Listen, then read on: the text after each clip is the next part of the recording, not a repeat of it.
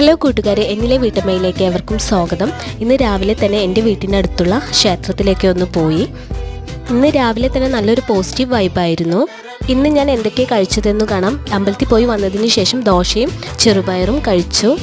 പിന്നീട് ഒരു 11:30 ആയപ്പോൾ ബ്രെഡും ഓംലേറ്റും കഴിച്ചു. ഇന്ന് ഉച്ചയ്ക്ക് ചോറിനോടൊപ്പം കഴിക്കാനായിട്ട് ചിക്കൻ കറിയാണ് ഉണ്ടാക്കുന്നത്. ലഗോണിൻ്റെ ചിക്കൻ കറിയാട്ടോ. ലഗോണിൻ്റെ ചിക്കൻ കറി നല്ലൊരു ടേസ്റ്റാണ്. അതിനുശേഷം കോളിഫ്ലവർ വറുക്കാനുണ്ടായിരുന്നു, അത് വറുത്തു. 1 മണിയൊക്കെ ആയപ്പോൾ ചോറ് കഴിച്ചു. ചോറിനൊപ്പം കഴിക്കാനായിട്ട് ചിക്കൻ കറിയും കോളിഫ്ലവർ വറുത്തതും പപ്പടമായിരുന്നു. പിന്നീട് ഒരു 6 മണിക്കാണ് ചായ കുടിച്ചത്. അപ്പോൾ ചായയോടൊപ്പം കഴിക്കാനായിട്ട് ബ്രെഡും ചിക്കൻ കറിയും ആയിരുന്നു. എൻ്റെ ചെറുപ്പത്തിലൊക്കെ കല്യാണത്തിന് പോയി കഴിഞ്ഞാൽ പെണ്ണിൻ്റെ വീട്ടിലാണ് കല്യാണമെങ്കിൽ ചെക്കൻ്റെ വീട്ടിലേക്ക് വൈകുന്നേരം ഒരു വിരുന്നുണ്ടാകും. ആ വിരുന്നിന് പോയാൽ ബ്രെഡും ചിക്കൻ കറിയായിരുന്നു അധികം കിട്ടിയിരുന്നത്. ആ ഓർമ്മ വന്നു. നൈറ്റ് ചപ്പാത്തിയും പൊറോട്ടയും ആയിരുന്നു കഴിക്കാൻ. ഞാനൊരു പൊറോട്ടയാണ് കഴിച്ചത്. ഇന്നത്തെ ഫുഡ് അടിപൊളിയായിരുന്നു.